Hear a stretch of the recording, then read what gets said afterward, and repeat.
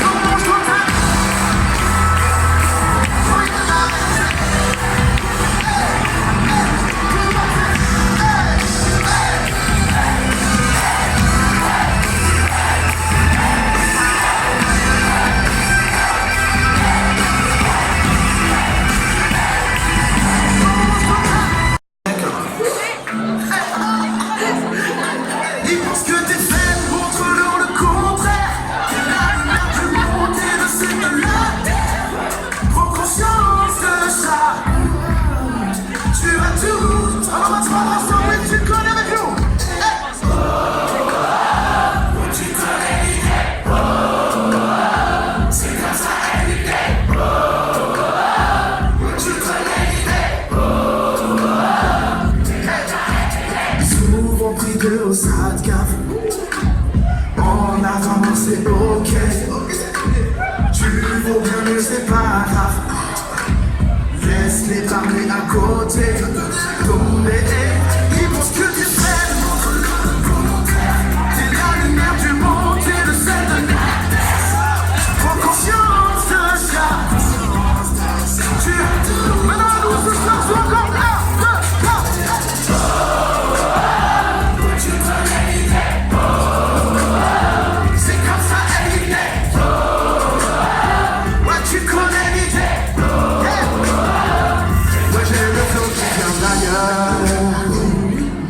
m'emmène dans les hauteurs. Je suis toujours en apesanteur. Moi toujours en apesanteur. Toujours en charlie, au pied sur ma vie. Je vais m'acheminer encore, je vais les mettre tous d'accord. C'est dans la voie que je marche, je compte éviter.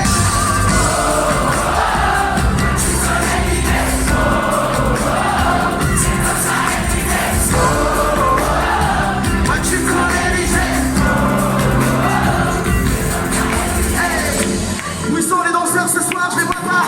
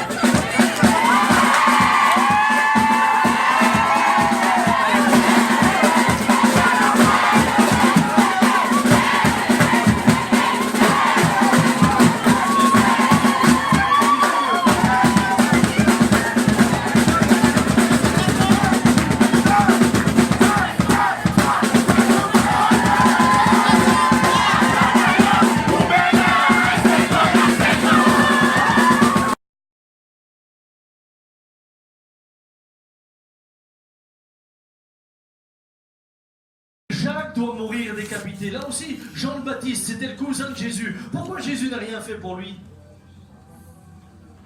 Hello? Vous savez, notre foi, toute cette théologie de la foi où finalement tout doit arriver ce que tu demandes. Vous ne croyez pas que Jean-Baptiste a prié? Vous ne croyez pas que Jacques a prié? Vous croyez que Jacques a manqué de foi? Vous croyez que Jacques avait péché? Là, tout d'un coup, nos certitudes sont ébranlées. Là, tout d'un coup, nos petites théories parfaites, cette espèce de foi bling-bling, en un Dieu qui finalement ne peut plus faire ce qu'il veut parce qu'il doit faire ce que nous voulons, s'effondre. Nous pourrions continuer et prendre énormément d'exemples. Bien sûr que ces hommes et ces femmes eurent le cœur troublé. Regardez ce que dit Job. Après qu'il ait dit ce que je vous ai dit tout à l'heure, il était intègre. C'était un homme droit et intègre. Il craignait Dieu et se détournait du mal. Pourtant, il allait même jusque... Il nous est dit dans Job 1 à 5, et quand les jours de festin étaient passés, Job appelait et sanctifiait ses fils, puis il se levait de bon matin et offrait pour chacun d'eux un holocauste, car Job disait, peut-être mes fils ont-ils péché et ont-ils offensé Dieu dans leur cœur? C'est ainsi que Job avait coutume d'agir. En d'autres mots, Job faisait tout pour couvrir ses fils et ses filles de prière.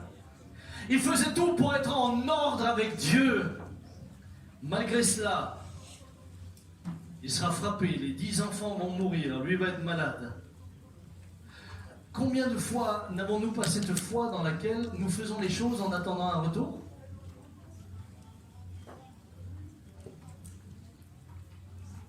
Nous, on se dit, mais je prie, mais je lis la Bible, c'est pas juste.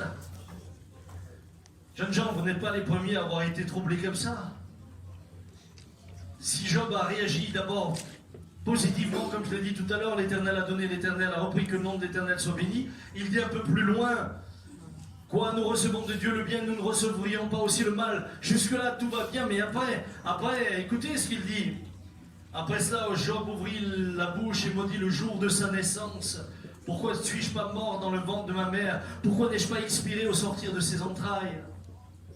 Pourquoi ai-je trouvé des genoux pour me recevoir? Vous avez d'autres exemples d'hommes qui ont été troublés. Asaph, par exemple, au psaume 73. Il dit, oui, Dieu est bon pour Israël, pour ceux qui ont le cœur pur. Toutefois, mon pied allait fléchir, mes pas étaient sur le point de glisser, car je portais envie aux insensés en voyant le bonheur des méchants. Rien ne les tourmente jusqu'à leur mort, et leur corps est chargé dans mon poing. Ils n'ont aucune part aux souffrances humaines. Ils ne sont point frappés comme le reste des hommes. Ainsi sont les méchants. Toujours heureux, ils accroissent leur richesse. Et là il dit, c'est donc en vain que j'ai purifié mon cœur et que j'ai lavé mes mains dans l'innocence. Chaque jour je suis frappé, tous les matins mon châtiment est là. Hey! Nous on a le sentiment que si on fait tout comme nous devons le faire, eh bien automatiquement nous ne pourrons que être bénis. On a le sentiment que Dieu finalement ne peut que nous protéger. On a le sentiment que Dieu, parce que nous faisons ce que nous faisons, est obligé de nous garder. Asaph dira, mais waouh, moi je regarde les païens, je regarde les non-croyants, ils réussissent en tout, ils ont toujours plus d'argent, ils ont l'air de nager dans le bonheur. Moi je prie tous les matins, j'ai l'impression que la tuile m'attend à la sortie. C'est ça en résumé.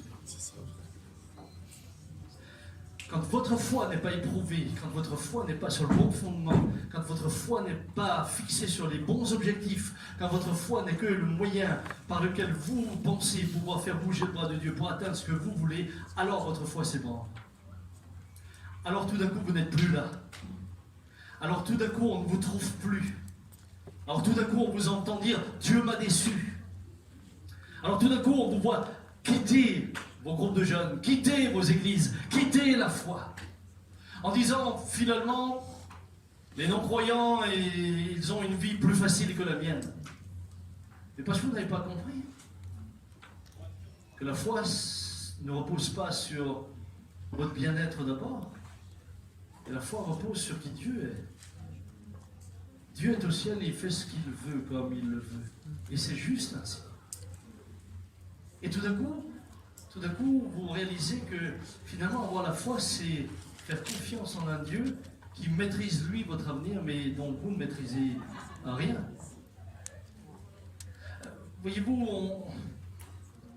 Je je vois beaucoup de chrétiens qui sont fragilisés parce qu'ils ont fait de la foi un moyen de rendre Dieu otage. Ils pensent que parce qu'ils ont la foi, Dieu doit agir. Nous prions souvent les textes que nous apprenons par cœur, tels que Marc 11, 24. C'est pourquoi je vous dis, tout ce que vous demanderez en priant, croyez que vous l'avez reçu, et cela vous sera accordé. Et ça, on les apprend par cœur. C'est-à-dire, il y a des livres entiers, une bonne confession. Tu as des livres entiers. Tu as d'ailleurs des gens qui te récitent des versets tous les jours. Ils disent, oui, mais Dieu pourvoit tous nos besoins avec richesse et grâce en Jésus-Christ. Et chaque fois, on sort les versets de leur contexte. Par exemple, ce verset, Dieu pourvoit tous nos besoins avec richesse et grâce en Jésus-Christ. Vous savez à qui ce verset est donné? Il est donné à des gens qui donnaient déjà. Il n'est pas donné à des gens qui ne faisaient rien.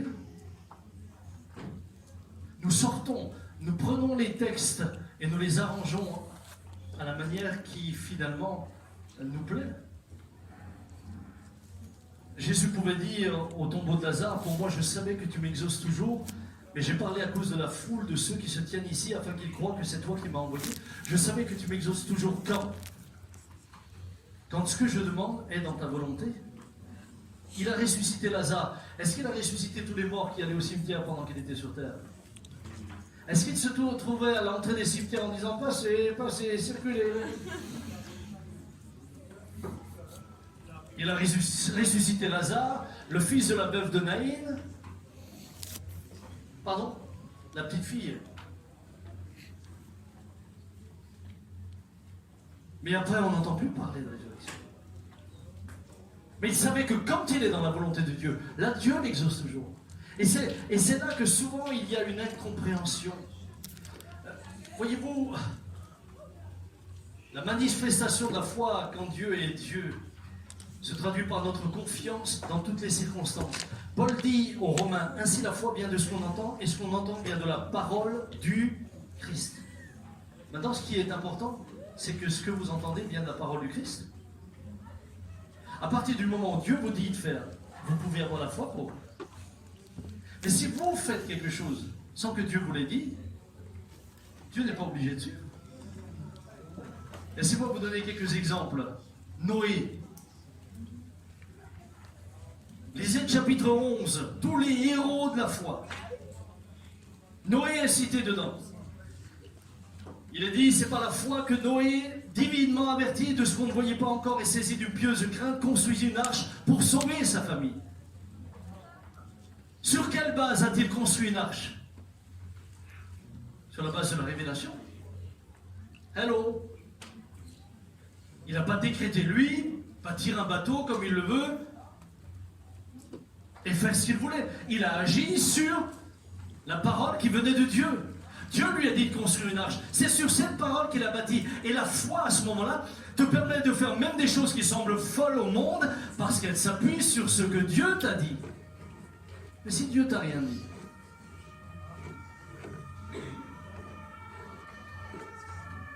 si Dieu t'a pas dit d'agir, et que tu agis quand même, pourquoi devrait-il lui ensuite suivre? Moïse. Pourquoi Moïse est allé devant le pharaon en disant laisse aller mon peuple? Parce que Dieu lui a dit vas-y. À ce moment-là, Moïse qui était effrayé par cette démarche, il savait très bien quelle était la puissance du pharaon. Il savait très bien que ça pouvait lui coûter la vie. La foi en la parole de Dieu. La foi vient de ce qu'on entend, si ce qu'on entend vient de la parole de Dieu. À ce moment-là, sur la base de ce que Dieu lui a dit, il agit, il va, les plaies d'Égypte tombent et le peuple est libéré. C'est tout le sens de Pâques. Mais il agit sur la parole de Dieu. Je pourrais continuer. Josué a fait tomber les murailles de Jéricho. D'accord? C'était quand même une stratégie militaire inédite. Vous connaissez beaucoup d'armées, vous, qui tournent autour des murs pour les faire tomber en sonnant de la trompette? Vous imaginez l'armée française tourner autour d'une ville en jouant de la flûte, puisque c'est ce qu'on nous a appris à l'école. Hein. Je ne sais pas qui a décrété qu'on devait apprendre de la flûte, mais on s'est tous farci le pipeau là. Ça devait être un fan du pipeau qui nous a imposé ça. Mais est-ce que vous imaginez, un seul instant, l'armée française faire une telle chose? Jamais. Pourquoi Josué le fait? Vous croyez que ces généraux n'ont pas réfléchi? Vous ne croyez pas qu'ils lui ont dit, oh, on va se ridiculiser? Bien sûr que si. Mais Dieu lui a dit, fais-le. Il l'a fait. Résultat des courses, les murs sont tombés. Aujourd'hui, vous avez dans un tas d'endroits, beaucoup d'endroits, des églises. Je suis arrivé dans des églises où ils m'ont dit, frère, nous tournons autour de la ville, nous oignons d'huile les murs pour que Dieu nous la donne. C'est bien, mais si lui n'a pas dit de le faire, vous dépensez de l'huile pour rien. Vous voyez, on fait un tas de choses, c'est presque de la superstition évangélique. Hein. Si Dieu ne vous dit pas de le faire, ne faites pas. Il y a le logos, il y a la parole, il y a ce qui nous emmène à obéir à la parole de Dieu dans notre quotidien, ce que nous savons être, eh bien, la volonté de celui sur qui nous nous fondons. Et il y a le réma, cette parole particulière. Beaucoup de gens finalement n'ont pas une foi éprouvée et elles s'effondrent dans ces moments-là. Pourquoi? Parce qu'ils font des actes de foi que Dieu n'aura pas dit de faire et ensuite ils sont déçus parce qu'il n'y a pas de résultat.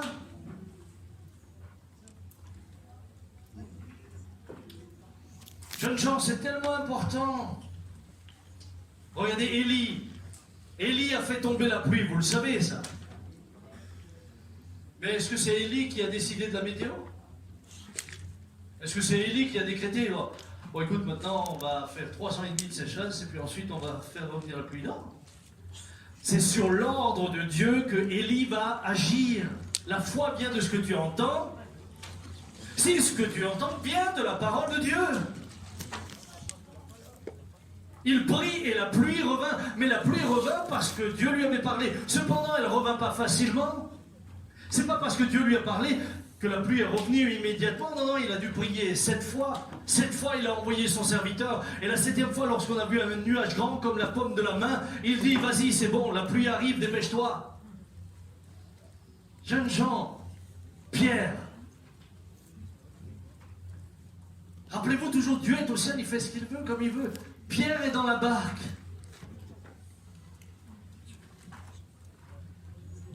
Il marche sur l'eau. Mais est-ce que c'est lui qui a décrété de marcher sur l'eau? Il dit à Jésus, si c'est toi, ordonne que je vienne vers... Il savait très bien que sans l'ordre de Jésus, il ne pouvait pas marcher sur l'eau. Vous savez qu'on ne marche pas sur l'eau. Mais rassurez-moi, là. Je l'ai dit l'autre jour à l'église, un jour j'avais lu un théologien qui avait écrit qu'il a marché, une explication scientifique, pseudo-scientifique, il a marché sur l'eau parce qu'il a pris un élan dans la barque. Bon, d'abord, c'était une barque, pas un porte-avions. Et puis je ne sais pas si vous étiez déjà dans une barque. Mais quand tu es debout dans la barque, ça fait comme ça, c'est... Hein, Mais je m'étais dit, je vais quand même essayer. Et je suis allé à la piscine. Moi, j'aime tester les choses. J'aime tester les choses. Un jour, ma femme m'a dit, ah, quand le bébé, il boit le lait, ça me fait mal. Et moi, je me dis, oh, quelle chouchoute. Oh. Et un jour, elle n'était pas là. J'ai essayé. Et ben, j'ai compris ma douleur. Hein. À partir de là, j'avais un profond respect pour elle. Moi, j'avais déjà du respect avant, mais j'ai compris ce que ça voulait dire. Donc, je suis allé à la piscine, je me suis mis en maillot de bain et j'ai pris un élan. C'est sûr que ceux qui m'ont regardé ce jour-là, ils devaient se dire... Bon, lui, il confond la piscine avec la piste d'athlétisme. Mais j'ai couru, mais comme un dératé, là. J'ai couru et je dois sincèrement dire que j'ai marché. C'est vrai que j'ai marché au fond de la piscine. Je suis rentré après mon expérience scientifique en disant l'eau ne porte personne. En d'autres mots, Pierre a marché sur quoi? Sur la parole. Pierre a marché sur la parole. Il lui fallait le viens. S'il n'y avait pas eu le viens, Pierre n'aurait jamais pu sortir de la barque mettre un pied sur le V, le I, le E, le N, le S. L'autre jour, quelqu'un m'a dit T. Et c'est pour ça qu'elle a sombré, il y avait une faute d'orthographe. Mais c'est sûr, comprenez, c'est chaque fois, c'est sur la parole. C'est sur la parole. La même chose lorsque Pierre a vécu la pêche miraculeuse, il dira, nous avons travaillé toute la nuit, nous n'avons rien pris, mais dis un mot, sur ta parole, nous jetterons les filets. Jeunes gens, vous qui êtes là aujourd'hui, nous avons vécu des guérisons miraculeuses. Ma sœur atteinte du cancer a été guérie miraculeusement. Elle était condamnée. On lui avait enlevé on lui avait fait l'ablation d'un sein, elle avait la chimiothérapie, la radiothérapie. Elle était condamnée. On ne pouvait plus rien faire pour elle. Le chirurgien de l'université clinique à Fribourg disait qu'elle est, pardonnez-moi l'expression parce qu'elle est violente, mais elle est pourrie de l'intérieur. Et mon père sortira une nuit, alors que ma soeur était au plus bas, il sortira une nuit dans le jardin, on a un jardin, et là il va prier. Et il dit, mais Dieu, prends ma vie contre celle de ma fille. Ça c'est la prière d'un père. Hein? Prends ma vie contre celle de ma fille. Et ensuite il priera en disant, dis-moi ce que tu vas faire avec elle. Dis-moi ce que tu vas faire avec elle. Et là Dieu lui a parlé. Et là Dieu lui a dit, va voir ta fille. Dis-lui que s'ils laissent tout en Allemagne, tout ce qu'ils ont là-bas, elle était kinésithérapeute avec son mari, ils avaient une superbe maison, un business, etc. Dis-leur s'ils laissent tout là-bas, s'ils vont à Strasbourg, s'ils s'occupent de l'église qui est là-bas, moi je la guérirai. À ce moment-là, il a pris la voiture le matin. Le matin, je lui ai dit, mais tu vas où? Il dit, je vais à l'hôpital. Je lui ai dit, mais le matin, tu ne peux pas faire de visite. Il dit, j'ai un message à donner à ta sœur. Et là, il arrive à l'hôpital et il lui donne le message. Là, il lui donne la parole qu'il avait reçue. C'est pas ce qu'il espérait. Lui, s'il avait pu dire ou décréter Michel soit guéri, il l'aurait fait. Mais là, il reçoit la parole. Et sur cette parole, il est allé chez elle. Il lui donne la parole. Elle reçoit la parole. Ils ont agi d'après la parole. Elle était totalement guérie. Elle avait 32 ans à cette époque-là, elle en a 63. Mais il fallait la parole. Il fallait la parole. Jeunes gens, beaucoup sont ébranlés dans leur foi parce que très souvent embrasés par certains messages dans lesquels on a oublié de leur préciser les fondements de la foi, ils se sont laissés aller à vouloir faire des actes dans lesquels Dieu ensuite n'est pas intervenu. Ils en sont sortis frustrés, déçus, prêts à abandonner la foi. La foi vient de ce que vous entendez. Si ce que vous entendez vient de la parole de Dieu, votre foi, vous la bâtissez, mais vous la bâtissez sur un fondement. Ce fondement, c'est Christ. Vos choix, tout ce que vous allez faire d'après ce que Dieu dit. Regardez Moïse. Le but de Moïse n'a pas été de retrouver le palais du Pharaon avec ses richesses. La Bible nous dit que Moïse renonça à toutes ces choses parce qu'il lui était préférable de suivre ce que Dieu lui demandait. Alors que nous, aujourd'hui, souvent, nous venons à Dieu pour avoir le palais et pour être comme Pharaon. Et vous avez tout un enseignement sur la foi aujourd'hui qui se diffuse sur Internet et partout, dans lequel finalement, eh bien, on vous propose un évangile de l'abondance, de la facilité. Mais il n'est plus question de mourir à soi-même. Il n'est plus question d'être prêt à tout perdre. Il n'est plus question de suivre Christ, même lorsque Christ reprend ce qu'il a donné. Il n'est plus question de cela. C'est une foi de confort. Nous sommes appelés à avoir cette foi qui nous permet de nous appuyer sur lui, afin que dans toutes les circonstances, nous restions debout. Votre foi sera une foi éprouvée. Lorsque, quelles que soient les circonstances, vous restez fermement à dire comme Jérémie, et même s'il me cassait les dents, mon espérance reste en lui. Il est mon espérance. Il est mon but. Pourquoi? Parce qu'en finalité, Le temps que nous passons ici est tellement court. Tous les gilets jaunes Nous sommes là aujourd'hui, sur Paris. et puis dans quelques années, allez, vous êtes jeunes ici, mais d'ici 70 ans, il y en a beaucoup d'entre vous qui sont plus là. C'est aujourd'hui. Regardez votre voisin, dites-lui. Allez, pour certains, c'est même pas 70 ans, c'est moins. Là, alors qu'il est, il y a C'est une moi. manifestation à Paris. Aujourd'hui.